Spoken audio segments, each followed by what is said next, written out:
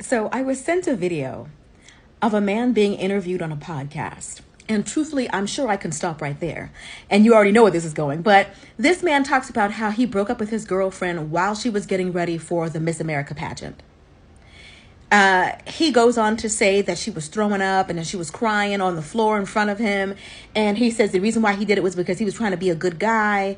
And he said eventually, she went on a cruise and she met this guy that was one of the most handsome men that he's ever seen. The man was like some big athlete. And he was like, so she went on and to be happy. She ended up marrying that man 5 years later. And he was like, that guy, her meeting that guy was just enough to peel her away from me. The hubris, the self-aggrandizing of this man was nauseating.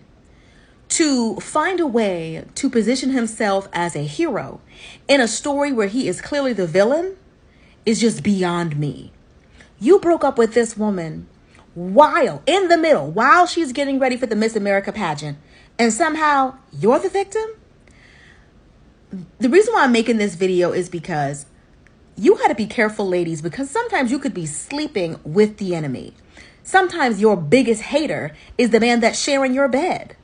Some men cannot stand to see you celebrated, cannot stand the idea of you achieving some level of success that eclipses where they are in life. Because he goes on in his story to talk about how he wasn't where he wanted to be in life, but years later he started a business and everything like that. But he's like, I'm glad I let her go because she was able to find happiness. No thanks to you.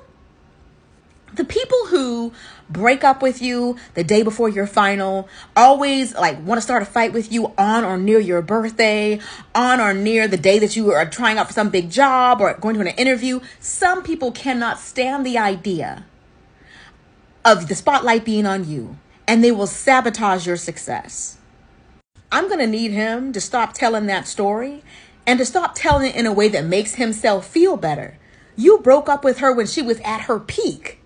Because whatever he broke up with her for, I'm sure it was probably an issue weeks ago or months ago. But no, you saw that moment, and the pettiness in you made you say, nah, this is the time I want to do it right now. Right when she's like her happiest. Some men love to see you knock down a couple of pegs.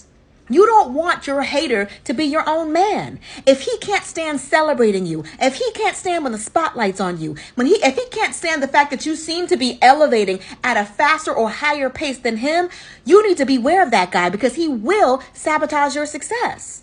Some men are with you, but they don't really like you, not like you like that, because they cannot stand to wish you well. Beware of men who cannot stand to see you celebrated.